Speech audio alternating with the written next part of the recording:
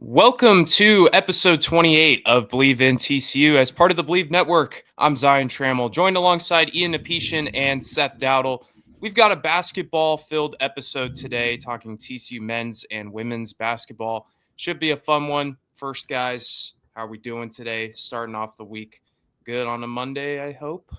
Yeah, no, pretty solid weekend. Had a lot of basketball this last week and this weekend with TCU, but no, pretty good start to the week. As good as a Monday can be. Exactly. This is the best Monday I've had in years, personally. Oh, okay. Okay. Yeah. Why is that? I don't know. I'm with y'all, so that's great. That's sweet, There you man. go. That's Yeah, sweet. There Thank you you. go. Yeah, you're welcome. Happy to be here. Happy to be talking some TCU basketball. Let's get right into things. We'll start with men's. Rough week for the Frogs. So instead of starting off with negativity, we're going to talk about something positive. And that was announced on Wednesday during the TCU Kansas game that the Horned Frogs, that they will be retiring Desmond Bane's number 1 jersey on February 18th against Texas Tech. Pretty exciting news. Last year, they retired Kenrich Williams' jersey. This year, they're going with Desmond Bane.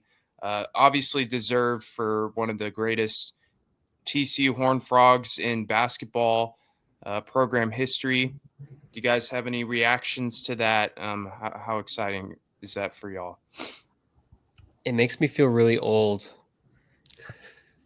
because, that's like how I got into TCU basketball was like the Desmond Bane, Kenrich Williams year, and now both of them in the league, obviously for a while, and then now both their jerseys being retired. It's very neat to just kind of have that full circle moment of, and like it's kind of, it's very recent in the TCU basketball success or success relative to to the program is all very recent. And just to see like those two guys get honored, especially Desmond Bane, who's had a very good NBA career and was very good here. It's just really cool to see. And while he was not maybe on some of the best TCU teams, except for like his freshman year, he was definitely in is my opinion like the best TCU basketball player that I've seen on campus before. Yeah, no, I mean it's one. I think it's great for Desmond Bane. I mean he obviously means a lot to the program and to the school. What he's done for TCU basketball and now what he's doing in the NBA for the Grizzlies is great to see. It's a great platform for TCU as well. I think for me it's different because I was when I came to TCU I didn't know anything about any Horned Frog sports really before that. So I never really got to watch Desmond Bane, but from everything that I've heard about him and how he played and what he meant to the school, I mean, it sounds like he's full deserving of getting his number retired and just because of what he means, and I mean he comes back to Fort Worth to watch a couple games here and there whenever he can. Obviously, I think that means a lot to the fans here. So no, I think it'll be super special to see his number get retired over in mid-February.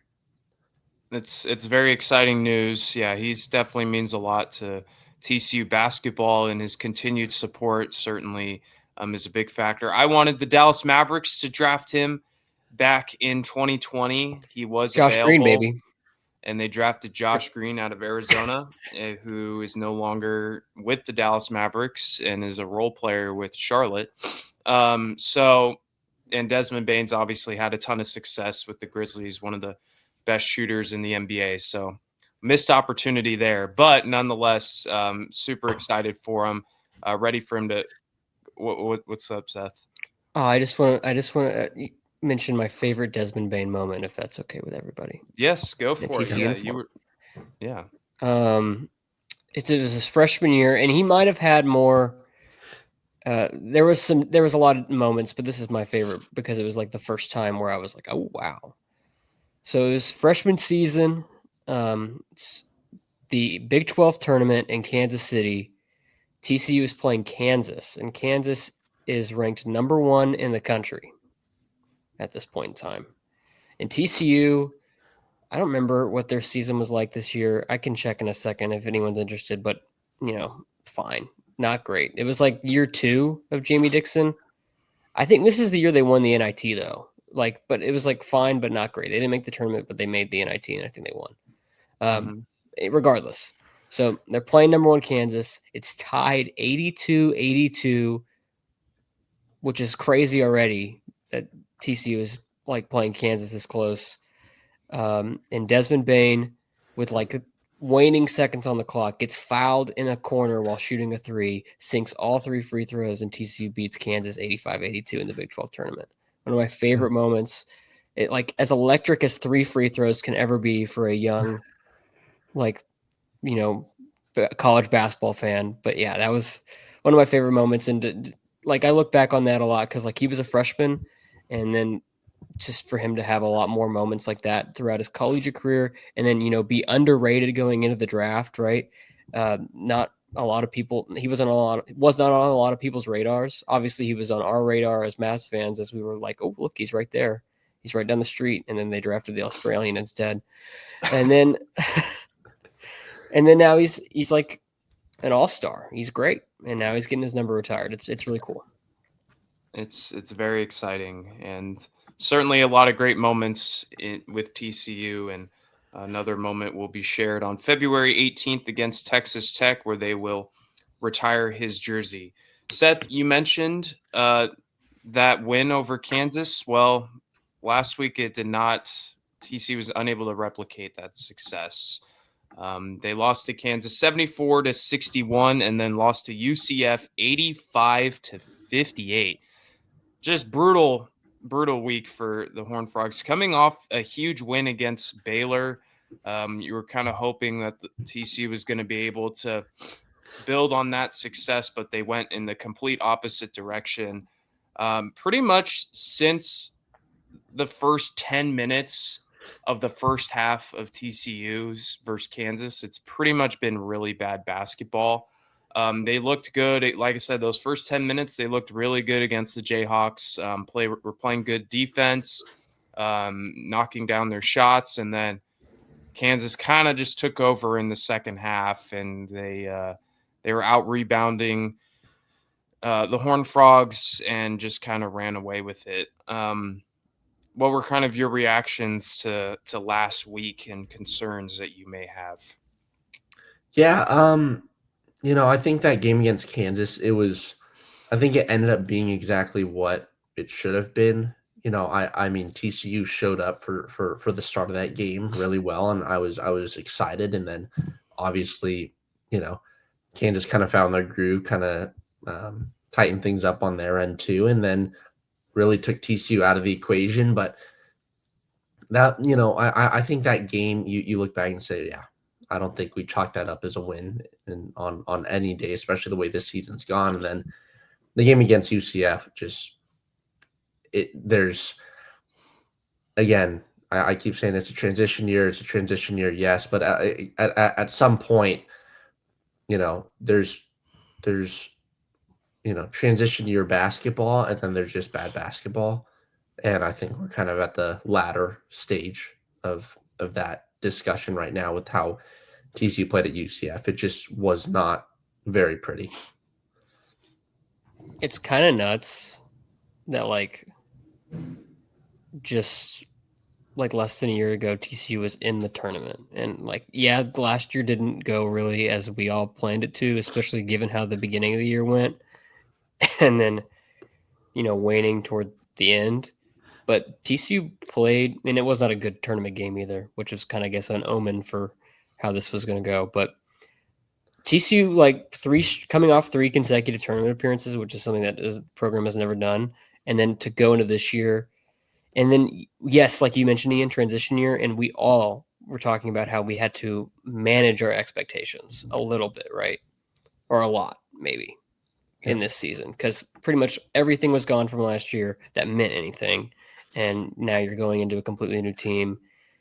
It was not going to be great, but it also could have been okay. It could have been middle of the road at the very least. And it's been very, not that at all. And it's been disappointing to see. And I was sitting there as I'm watching the Kansas game, and they're up by 14. And I'm like, man, if they can if they pull this out and they're going into, the last couple months of the season off the backs of 2 top 25 wins, I don't expect a tournament appearance, but hey, maybe they can build something off this. And they went from potentially being 4-3 in Big 12 play to now being 3-5, and that's just kind of disappointing.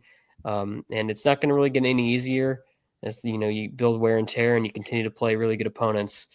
We'll see where this season goes, but as a fan, it's getting hard not to look just forward to the 2025-26 season now.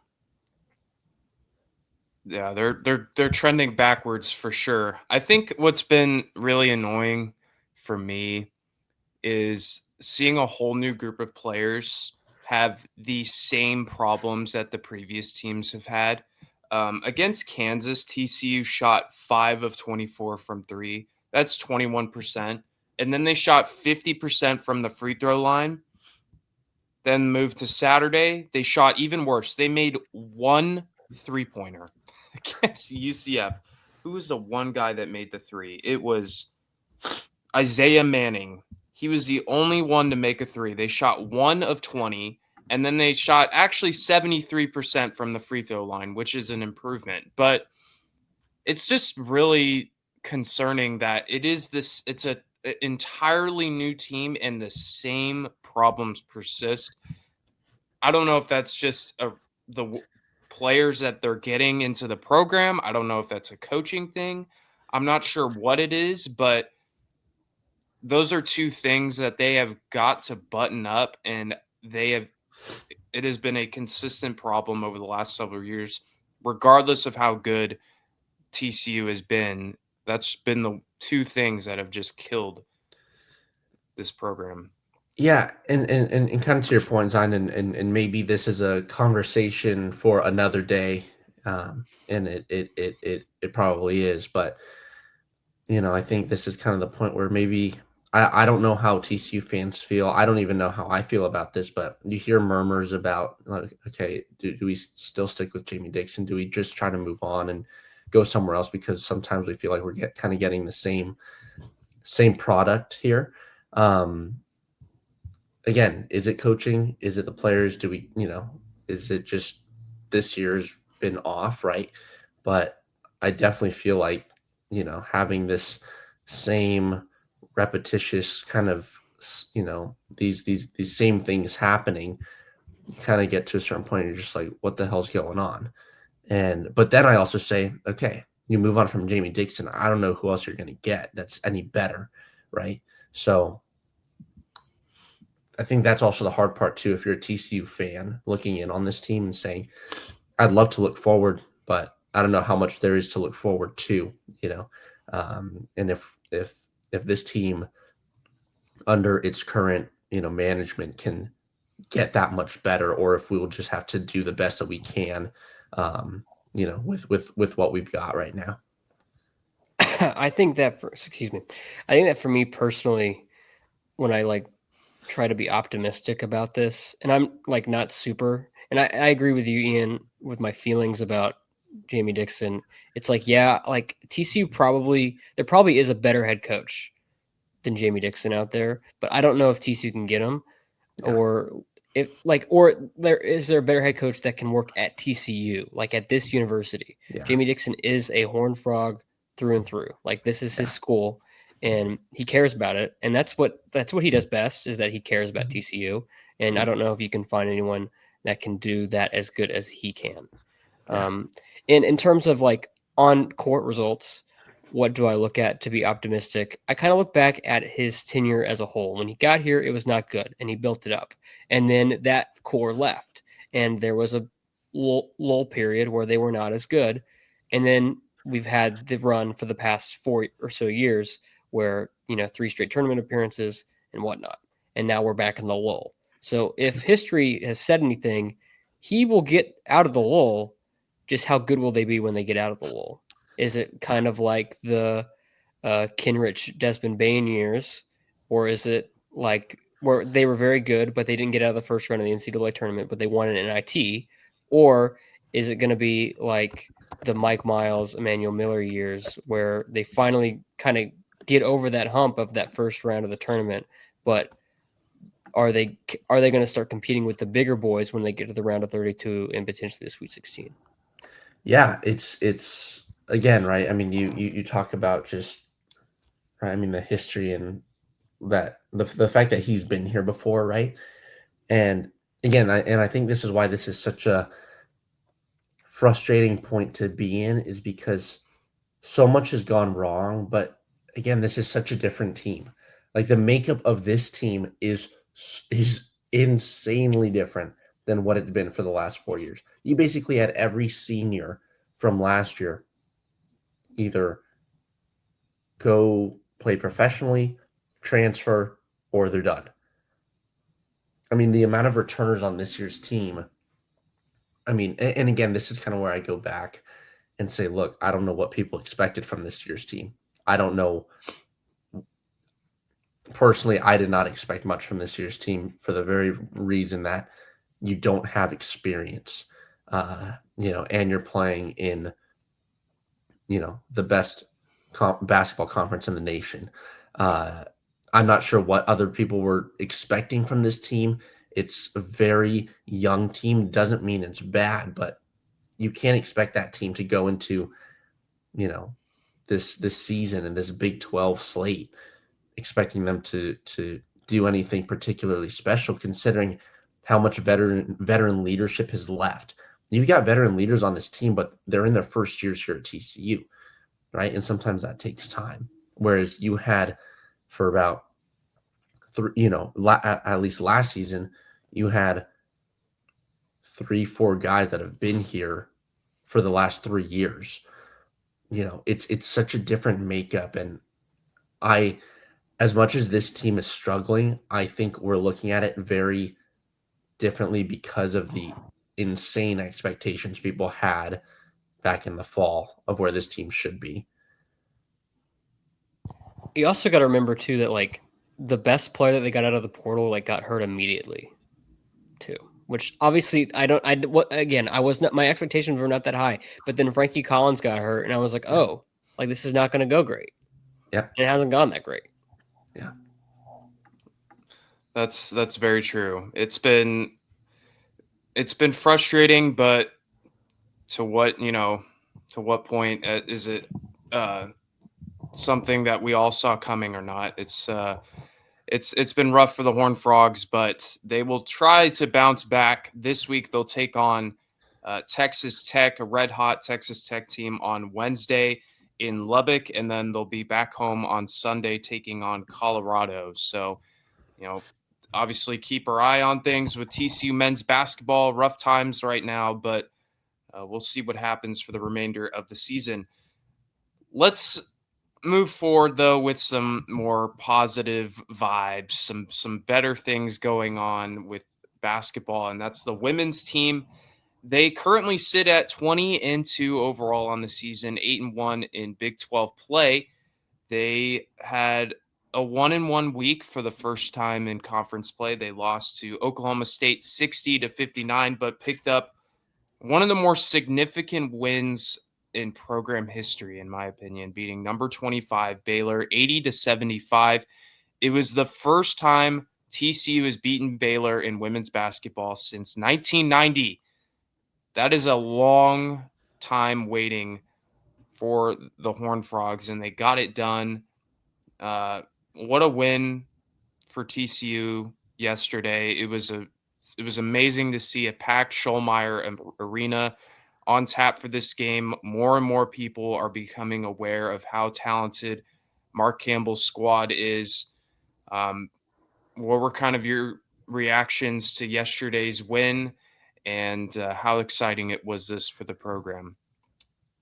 Yeah, just awesome. I mean, yesterday was phenomenal. I was there calling the game with Chris Blake for radio, and we were sitting there and slowly seeing the Schollmeyer fill up well before it typically fills up, like 15, 20 minutes before it's packed. You just knew that the atmosphere was going to be pretty electric. And TCU came ready to play. I think the biggest thing for TCU yesterday was bouncing back from that performance against Oklahoma State, a really good Oklahoma State team who is probably going to be back in the top 25 this week when the polls come out later today. It was a tough game where TCU blew a 15-point lead, outscored 18-6 in the final 2 minutes, 38 seconds up in Stillwater. Disaster, ending of the game.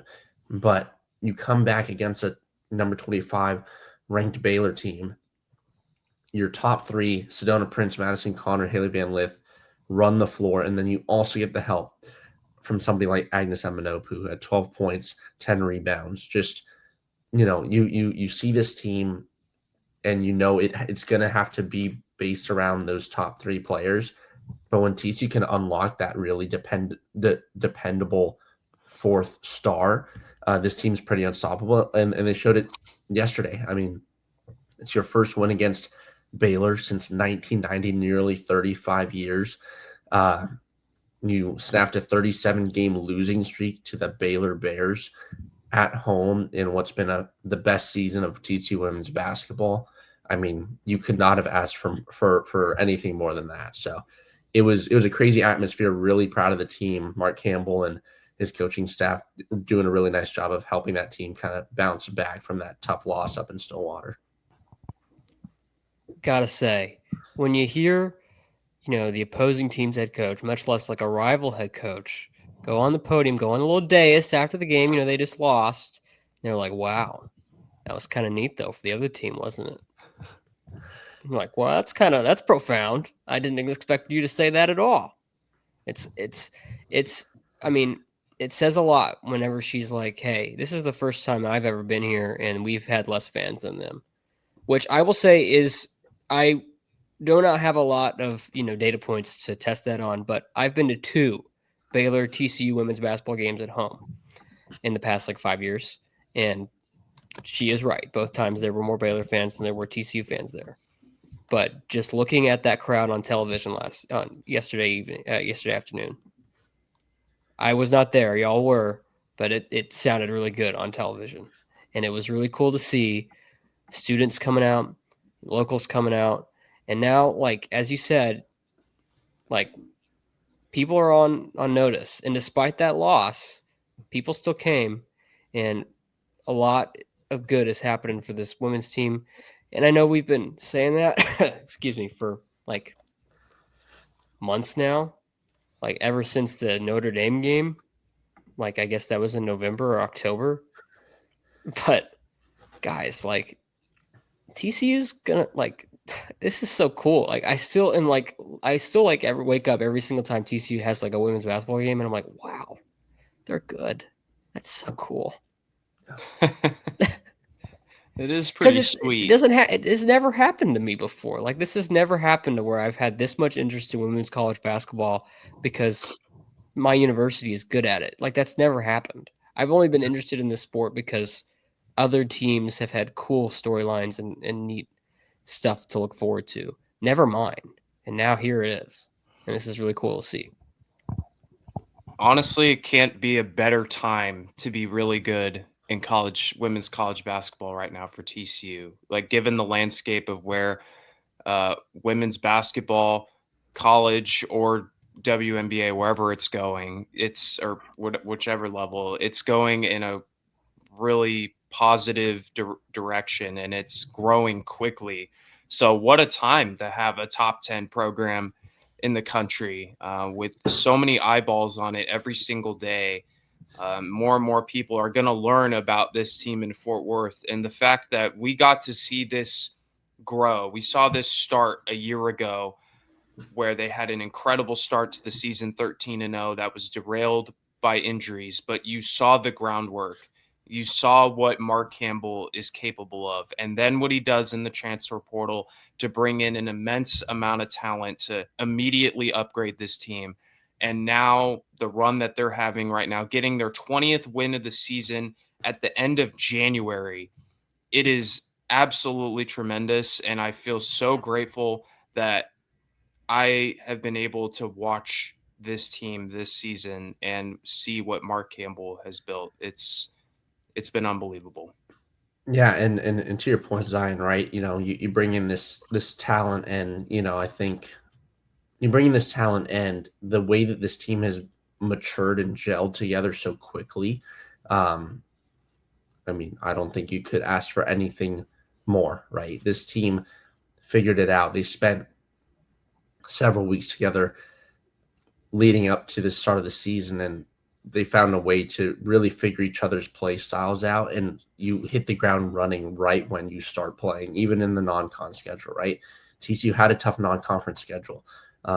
You played, what is it? Notre Dame, NC State, South Carolina, right? Yep. Three, top teams in the nation. And then even now, you've then played number 23 Utah, got a big win. Number 25 Baylor got a big win. TCU 4-1 against top 25 teams is huge.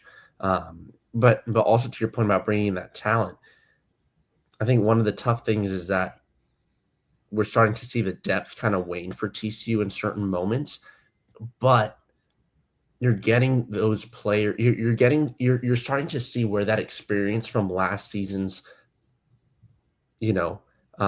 frustrations of the injuries coming into play now, right? Agnes Amanopu, coming off the bench. Una Jovanovic at times coming off the bench as well. Bringing in players like Taylor Bigby has been huge. Donovan Hunter, she struggled a little bit at the start of the season offensively, still a little hot and cold, but she brings so much to this team that doesn't necessarily show up on, in the box score. But this team has found a way to win when it matters. And it's a bit of a cliche, but that's what good teams do, is when they don't play their best, they find a way to win, and they count on some of their other role players to really step up for them. As much as Sedona Prince, Madison Connor, and Haley Van Lith are fantastic for this team, Agnes Mbanopu had an insane game yesterday. She played so well. One of the Swiss Army knives for this TCU women's basketball team. And again, this win was great. And then off the back of this, you basically have a bye week where you don't have a midweek game coming up. And that's ahead of 2 games on the road, one against Iowa State, one against Kansas State, which are going to be absolutely huge and hostile environments. This bye week could not have come at a better time for TCU, especially in this kind of 5-game gauntlet, going back to the win against Utah, going up to Oklahoma State, Baylor. Now you got Iowa State and Kansas State on the road. Hopefully give the team a chance to catch up a little bit, rest. You had 4 players play 38 minutes or more up in Oklahoma State. You had almost about the same against Baylor. He stretched the bench a little bit, Mark Campbell. But now you get a chance to kind of regroup, relax, try to get some energy back for what are going to be 2 massive games in this crazy Big 12 season. So, yeah, that's actually a great point. I got breaking AP top 25 news. Okay, let's hear it. TCU is still at 9. Okay, let's go. All right, I'm glad we didn't move down. Oklahoma State moves up to 24. Yeah, Baylor out. And I was going to mention this earlier. So with that loss, obviously, the win against Baylor is huge. But that loss could have been big because that loss catapulted K-State up into first. That wasn't until Kansas State decided that they were going to lose too. And they lost to Colorado. It was this weekend. Yeah. And so K-State falling to 11 in the top 25 while TCU remains in first place in the Big 12. So awesome. I believe their top 25 record, if we do it based off current top 25 members, I guess, because that's not how that works, though, because you do it based off when they were ranked when 25. You played them. Technically, 5 wins now. It's impressive. Yeah, because 4-1. Yeah, 4-1. Yeah, because Notre Dame 4-1. Yeah, you're right. You held up a 5, and I was like, 5. Interesting. Did I hold up 5? Oh, my bad. Well, you held up a 4 and a 1 next to each other, so I added them together. Yeah. Yes, I see that. Yeah, put a little dash in the middle. Yeah. Yeah. No, that makes sense. But yeah, honestly, I wanted to talk about Ian's point about the bye, sort of, which is actually a really good.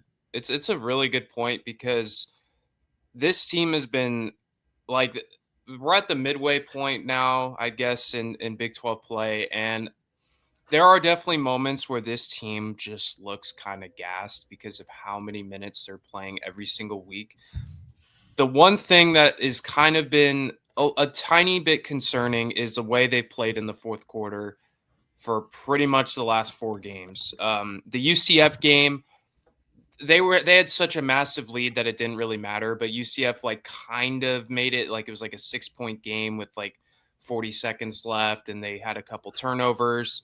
Against Utah in the second half, they did kind of let them crawl back into the game, but they pulled away with a win. Then against Oklahoma State, they were outscored 20-11 in the fourth quarter, and then against Baylor, they were outscored 26-18.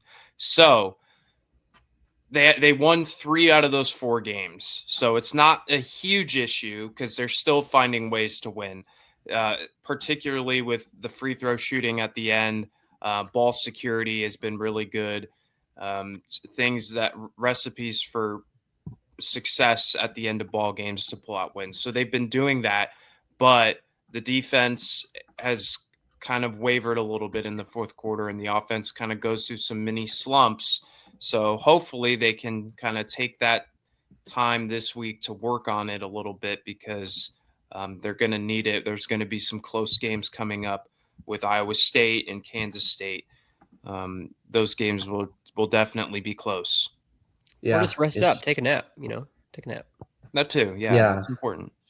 Well, you talk about resting up too, and I think this is a key thing to point out about Kansas State, and it's unfortunate because TCU was there this last season, but Kansas State's guard Ayoka Lee went down with a really bad knee injury, and she's going to be out for the rest of the season. That's really going to hurt Kansas State. Obviously, it will only help the other teams against the Wildcats this year, but again, it goes back to this should be a week of tightening things up and trying to figure out how to sustain, a good performance for 40 minutes, right? Mark Campbell said that yesterday, saying that he wants to see a full 40-minute performance from TCU, that he doesn't feel like he's really seen it yet. And that's going to be huge, but what you also need in that is rest, because TCU cannot afford to have anybody hurt. This team can't afford that. It doesn't matter who it is. The Frogs need everybody that they can really get for this last push. Not last push, but this little push here in the middle of this Big 12 season. And again, it's very unfortunate with what happened to Ayoka Lee and Kansas State, but look, TCU's been there before. The Big 12 is relentless. No, nobody's gonna feel bad. No one's gonna look down and say, oh, that's no. You got to play, and you got to be healthy. It sucks, but TCU also needs to take advantage of this too. Yeah, Brett Yormark's dream. Someone on a podcast saying the Big 12 is relentless. That's his dream. That's what he wants. His end goal in life is to make it. I mean, this man is the same guy who was like floating out rumors that we're gonna get Gonzaga and UConn. And he's like, "It's relentless, man. I want more." Yeah. Anyway, sorry. I was just thinking Brett Yormark sitting listening to Believe in TCU. He just pumps his fist in the air, hearing, "Yes, that's right. My conference is relentless." He's right. He's right. Both men's and women's Big 12 basketball has been pretty entertaining, wild finishes, and competitive basketball, which is what you want for your conference. But that will finish things up here for this episode. A long one. It was very productive. We talked a lot about TCU men's basketball, the future of that program, and the current state of TCU women's basketball, which is on the rise, sitting at number 9 in the AP poll. They'll take on Iowa State this Sunday in Ames at 3 p.m. on FS1. So it'll be cool to see TCU in some primetime TV. But that'll finish things up for this episode of Believe in TCU. You can follow us on Instagram, subscribe to our YouTube page, or listen to us wherever you get your podcasts, all at Believe in TCU. So for Ian Apetian and Seth Dowdle, I'm Zion Trammell. Thanks for tuning in. We'll see you guys next time. And as always, go Frogs.